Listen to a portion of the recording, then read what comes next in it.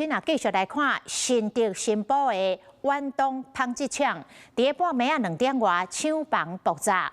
这个爆炸威力是真恐怖，都参伫德北都有感觉。讲可能是因为保温的管路气体外泄，产生着气泡，有2个人死亡，19个人轻重伤。馆长油门科赶到场，讲后续会加强检查消防的安全。劳动部嘛已经命令停工。 讲若是大主大意，家己过来动工，会依上法办。工厂内底大火烧甲真美，乌烟正气的天顶，消防人员爬上分推车撞水抢救，唔敢大喜。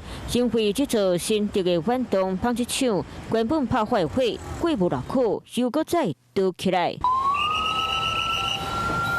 昨暝2点多，消防局接到报案，出动真侪人员到纺织厂救火。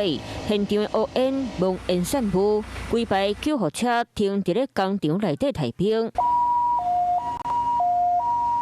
随时准备甲受伤的人救走。消防队派35台车、73个人去抢救。这边的爆炸，互2个人死去，19位轻重伤。保温管路发生气体泄漏，而产生一个气爆。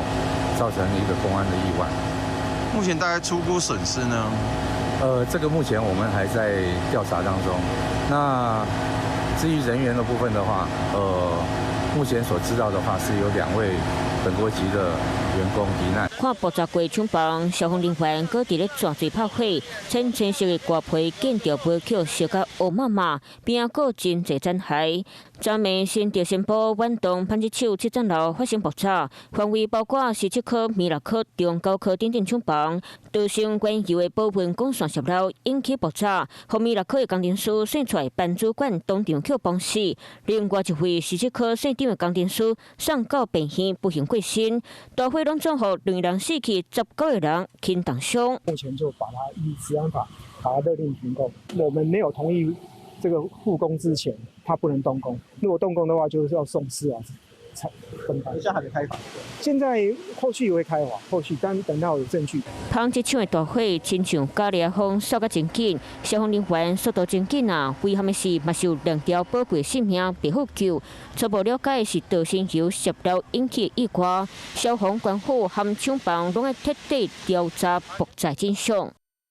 Hello， 我是蒋欣梅。想要抢先掌握最及时的新闻资讯吗？赶快订阅、按赞、开启小铃铛，锁定华视新闻 YouTube 频道。